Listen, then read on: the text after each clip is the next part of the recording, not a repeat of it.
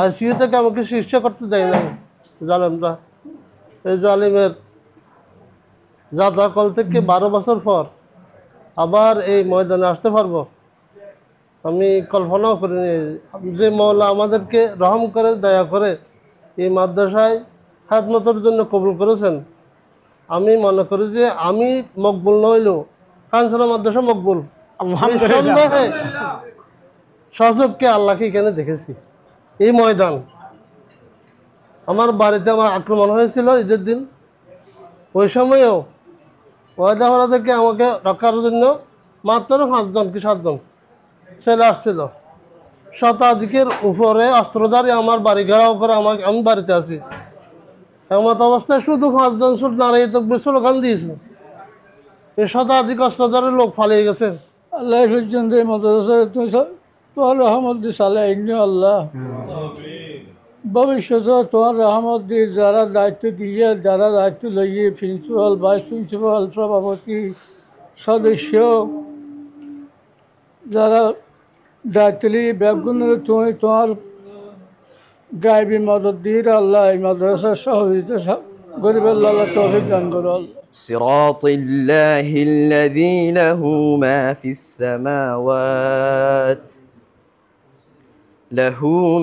السماوات وما في الأرض ألا إلى الله تصير الأمور। তেলাওয়াতের মাধ্যমে আমাদের আজকের এই সভাপতি মনোনয়নের অনুষ্ঠান শুরু হলো। এই পর্যায়ে উদ্বোধনী বক্তব্য রাখার জন্য আমি অনুরোধ জানাচ্ছি। মুজফ্ফর ভাইয়ের সাথেও আমার আসলে দীর্ঘদিন যোগাযোগ হচ্ছে না। আজকে ওনাকে পেয়ে আমি সত্যি আনন্দে আপ্লুত। আমার পক্ষ থেকে অত্র মাদ্রাসার সকল শিক্ষার্থী, শিক্ষক মণ্ডলীদের পক্ষ থেকে অভিনন্দন জানাচ্ছি। আল্লাহ তাকে দীর্ঘ হায়াত দান করুক, সুস্থ রাখুক। আমি আশা করব, আমি মনে করি কাঞ্চনা ইসলামী আন্দোলনের যে একটা উর্বর ভূমি, এটার প্রধান কারণ আমি কাঞ্চনা মাদ্রাসা মনে করি। অবশ্যই অবশ্যই সেই হিসাবে আমি এই মাদ্রাসার ঐতিহ্য, সুনাম, বাস্তবিক পড়ালেখা যাতে হয়, জাতি গঠন হয়, জাতির মেধা তৈরি হয়, এখান থেকে এই ধরনের পড়ালেখা যাতে হয়, এই সুষ্ঠু পরিবেশটা যাতে গড়ে ওঠে, এই প্রচেষ্টা আপনাদের থেকে আমরা আশা করব। আল্লাহ তৌফিক দাও কাজিয়া যে আজকাল কুশিরাত দে মোল্লা মুজফ্ফর সাহেব সফল একজন চেয়ারম্যান, 14 বছর চেয়ারম্যানই করি আলহামদুলিল্লাহ। তাহলে এবং সংগঠন জড়িত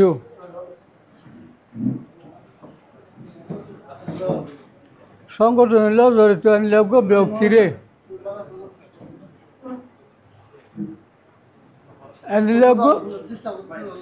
এই ধরনের ব্যক্তি যে আরা মাদ্রাসার সভাপতি, প্রিন্সিপাল তো আছে, সভাপতি হিসাবে এক হিসাবে অভিভাবক ওইজাগুদি হ্যাঁ। তো এবার যে মাদ্রাসারে কী করে চালাইব নচালিব, এবার দায়িত্ব আল্লাহরে জবাব দিতে খান কেন আল্লাহ এবার তৌফিক দেওক ব্যাপনে আমিন। তারপর হইল আরকান হতা। আর এই মাদ্রাসার তুন ইসলামী আন্দোলন শুরু হয়েছে 1964 ইংরেজি। 64 ইংরেজি মোল্লা মবুলিক চৌধুরী আই হতান হইসাইড করে দিল। মোল্লা মবুলিক চৌধুরী আর 700 মানুষ লইল। মোল্লা লক্ষণ ফারুকি আইস 16-10 বছর দেরি। তারপর হইল ঈশ্বর জাফর মলয় আছে না, জাফর মলয়। তারপর হইলে মোল্লা মুক্তার সাহেব। এই পাঁচজন লইরে এই মাদ্রাসাত বই সর্বপ্রথম জমাতর দাওয়াত দিয়ে আর 5 জন লইরে। আজ এই জায়গার মধ্যে খানসানের মধ্যে 25,000 তুমি নজন আল্লাহ এই মাদ্রাসা প্রতিষ্ঠা শুরু তো বেগুন দোয়া করিবে আল্লাহ যাতে এখানেও মাদ্রাসা কর্তৃক আয়োজিত আজকের এই পূর্ণাঙ্গ কমিটির অনুষ্ঠানের সম্মানিত সভাপতি এবং উপস্থিত আমার প্রাক্তন ছাত্র এবং বর্তমান ছাত্র এবং উপস্থিত মুরব্বী ভাই ও বোনেরা, আসসালামু আলাইকুম রহমতুল্লাহ বরকাত। আমি আল্লাহর কাছে লাখো শুকরিয়া পালন করছি, যিনি আমাদেরকে এমন একটা অনুষ্ঠান করার সুযোগ দিয়েছেন। আমি প্রত্যেকে বলে 16 বছর পরে আমরা এমন একটা অনুষ্ঠান করতে পারছি। আমি এখন কমিটির কাছে কামনা করব এবং চাইব 16 বছর যে আমরা বলতেছি, এই যে 16 বছর চলে গেছে, 16 বছরে আমরা 16 বছরে কিছুই হয় না এরকম একটা জিনিস। তাহলে আমরা ভবিষ্যৎ যেন আমরা কমিটি যারাই পাই আল্লাহর পক্ষ থেকে, ওনারা যেন ওই কথাটার বিপরীত কিছু একটা দেখাইতে পারে, এদের কাছে আমি এই অনুরোধ জানাবো। এবং প্রত্যেক মাদ্রাসা শিক্ষা প্রতিষ্ঠান এগুলিতে এমন লোক আসুক, আমি চাইব যেন প্রতিষ্ঠানের কল্যাণে হয়, রাজনীতিকের বাইরে গিয়ে প্রতিষ্ঠানের কল্যাণের জন্য হয়, যেগুলি প্রতিষ্ঠান আমরা প্রতিষ্ঠানকে কিছু একটা দিতে পারে, যোগ্য চেয়ারে যোগ্য লোক বসাইতে পারি, এটা আমি কামনা করব। এবং সর্বশেষ মাদ্রাসার অগ্রগতি কামনা করে আমার বক্তব্য শেষ হয়ে গেছে। এই মাদ্রাসা আসলে অনেক পুরনো, ঐতিহাসিক একটা মাদ্রাসা। আজকে এই মাদ্রাসা একটা অভিভাবকের জন্য অনেক দিন ধরে একটা অপেক্ষা করতেছে। আশা করি যেরকম মাদ্রাসা অভিভাবক চাচ্ছে, এই মাদ্রাসা ওইরকমই অভিভাবক পাবে। এবং এই অভিভাবককে আমরা কমিটিতে যারা আছি, এবং কমিটি বড় কথা না, আজকে যারা উপস্থিত আছে সবাইকে সহযোগিতা করতে হবে, যেন এটা একটা ওনার দায়িত্বে যেন একটা মডেল মাদ্রাসা, অত্যাধুনিক মাদ্রাসা হিসেবে রূপান্তরিত করতে পারে। ওই জন্য আমি সবার কাছে সহযোগিতা কামনা করি। এর ইতিহাস আপনাদেরকে নতুন করে বলার প্রয়োজন হবে না, যেহেতু এটা সৃষ্টি হওয়ার পর থেকে কার্যক্রম আমার মুরব্বী কিছুটা বলেছেন কীভাবে সৃষ্টি হয়েছে। সৃষ্টি হওয়ার পর থেকে এর কি ফসল আপনারা কীভাবে ভোগ করছেন। আমি দ্বিতীয় পর্যায়ে আবেদন করব, সহায়তা কামনা করব, যে উনি বলছেন 5 জন ব্যক্তি নিয়ে এখানে দিনের আলোচনা শুরু হয়েছিল। এই প্রতিষ্ঠানের সহযোগিতায় আজকে এখানে হাজার হাজার মানুষ হেদায়েতের পথ পেয়েছে। হেদায়েতের পথ পর জড়িয়েছিল এই প্রতিষ্ঠান। আল্লাহ পাক সুবহানাহু ওয়া তাআলা বলছেন যে ওয়াতাসিমু বিহাবিলিল্লাহি জামিআন ওয়া লা তাফাররাকু, তোমরা আল্লাহর রজ্জুকে, আল্লাহর পথকে আঁকড়ে ধরো। হ্যাঁ, এই আল্লাহর পথ থেকে তোমরা বিচ্ছিন্ন হইও না। আল্লাহর যে হেদায়েতের যে পথ আছে, এই হেদায়েতের পথের একটা অংশ হচ্ছে কি এই কাঞ্চন আনোয়ার ইসলামিয়া সিনিয়র মাদ্রাসা।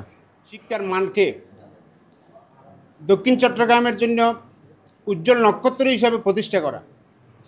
বিগত জীবনও সাতকানিয়ার মধ্যে, দক্ষিণ চট্টগ্রামের মধ্যে সাতকানিয়া উপজেলার শ্রেষ্ঠ রেজাল্ট করে এই কাঞ্চনা মাদ্রাসার উজ্জ্বল ভবিষ্যৎ কামনা করছে। পাশাপাশি আমাদের প্রিন্সিপাল মহোদয় সাতকানিয়া উপজেলায় শ্রেষ্ঠ অধ্যক্ষ নির্বাচিত হয়েছে। পাশাপাশি আজকে এই মাদ্রাসার মুজাফফর ভাইকে পাইয়ে আমরা আনন্দিত, আমরা গর্বিত। এমন একজন মজলুম নেতাকে আমরা কাঞ্চনা মাদ্রাসার সভাপতি হিসাবে পাইয়ে আমরা অত্যন্ত গর্বের সাথে গর্ববোধ করি।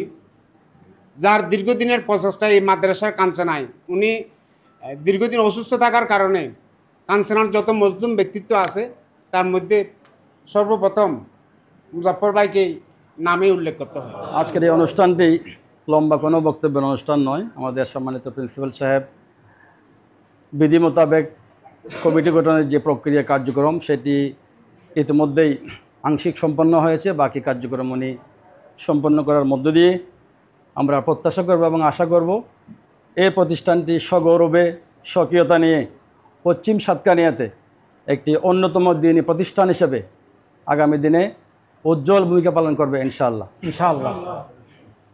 আনজিলিল্লাহ মানাজিলহুম, আনজিলিন্নাস মানাজিলহুম, একটা কথা আছে, তোমরা হাদিস শরীফ, যথাযোগ্য ব্যক্তিকে যথাস্থানে বসাতে হবে। এটা আমাদের সকলের সচেতন মহলের দায়িত্ব। সেদিক থেকে আমরা আশা করি প্রত্যাশা করি এবং মনোজাত করব। এই প্রতিষ্ঠানে আজকে হয়তো কোনো ঘোষণা হয়নি, সকলের প্রত্যাশা সকলের চাওয়া আমাদের সর্বজন শ্রদ্ধেয় মোজাফফর ভাইয়ের নেতৃত্বে এর প্রতিষ্ঠানটি পরিচালিত হওয়ার মধ্য দিয়ে কাঞ্চনা মাদ্রাসা পশ্চিম সাতকানিয়ায় একটি অন্যতম দিনী প্রতিষ্ঠান হিসেবে রূপ লাভ করবে ইনশাআল্লাহ। আপনারা জানেন আমাদের সম্মানিত ভাই শ্রদ্ধেয় সবারই মুজাফফর ভাই ফরম নিয়েছে, আমি নিয়েছিলাম। এটা সরকারি বিধি মোতাবেক নীতিমালার হিসাবে আমি আমার ফরম এবং আমার সমর্থন আমি আজকে এখানে আমার মুজাফফর ভাইকে দিয়ে আমি প্রত্যাহার করে নিয়ে নিয়েছি। তো আমি সর্বোপরি মাদ্রাসার ছাত্র, আমি থাকবো আপনাদের পাশে এবং নবগঠিত কমিটি যেটা হবে তাদের পাশেও আমি ইনশাল্লাহ থাকবো বলে আমি আমার প্রত্যাশা ব্যক্ত করি। আমি আজকে 12 বছর পর মাদ্রাসায় এসে আবার হাজির হতে পারবো, মাদ্রাসার সাথে শরিক হতে পারবো কল্পনাও করিনি। 15 সালে স্ট্রোক করার পর আইসিইউ থেকে আমাকে চিকিৎসা করতে দেয় নাই জালেমরা। এই জালিমের যাতাকল থেকে 12 বছর পর আবার এই ময়দানে আসতে পারবো আমি কল্পনাও করিনি। যে মওলা আমাদেরকে রহম করে দয়া করে এই মাদ্রাসায় খেদমতের জন্য কবুল করেছেন, আমি মনে করি যে আমি মকবুল নইলেও কাঞ্চনা মাদ্রাসা মকবুল। নিঃসন্দেহে কাঞ্চনা মাদ্রাসা মকবুল, এটা আমার অন্তরের এহসাস। আমি গতকালকে শাহজাহান চৌধুরী এক বৈঠকে প্রশ্ন করেছেন যে আপনি কি আল্লাহকে দেখেছেন? আমি বলছি দুটো জবাব দিছি। আমি বলছি যে বই পড়ে আফগানিস্তানে আমি আল্লাহকে দেখেছি, এই বইটা পড়ে, আর কাঞ্চনাতে আমি সচক্ষে আল্লাহকে দেখেছি। আল্লাহু আকবার।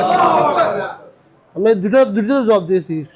আফগানিস্তানে বই পড়ে আমি আল্লাহকে দেখেছি, আর কাঞ্চনের এই ময়দানে আমি আল্লাহকে সচক্ষে দেখেছি। এই গাছগুলাতনে জি জি ঘটনা মনে আছে? মনে আছে? জি মনে আছে। মাদ্রাসা আক্রমণের সময় আমি শরীফ এই গাছগুলাতনে জাফরুল্লাহর মাঝখানে শতাধিক অস্ত্রধারী মাদ্রাসা আক্রমণ করেছিল। জৈনিক ওই আক্রমণকারীদের একজন আমার একজন আপন লোককে বলছে যে ওই সময় আমরা ছিলাম 3 জন 5 জন, ওরা বলছে যে আমরা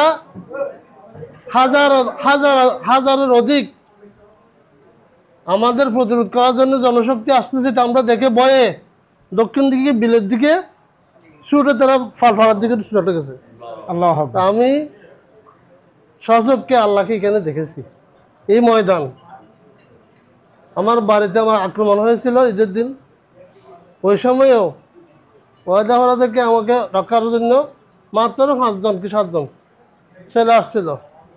শতাধিকের উপরে অস্ত্রধারী আমার বাড়ি ঘেরাও করে আমি বাড়িতে আছি। এমত অবস্থায় শুধু 5 জন শুধু দাঁড়িয়ে তো স্লোগান দিয়েছিল, এই শতাধিক অস্ত্রধারী লোক পালিয়ে গেছে। এটা এই ময়দানের সাক্ষী। এরা যারা আক্রমণকারী, এদের একজন লোক কলিমুল্লাহর ভাই আমানুল্লাহকে বলছে যে আমরা শতাধিক অস্ত্রধারী লোক মুজাফফর সাহেবকে ঘিরে করে রেখেছিলাম, আর আমরা দেখতেছি যে হাজারের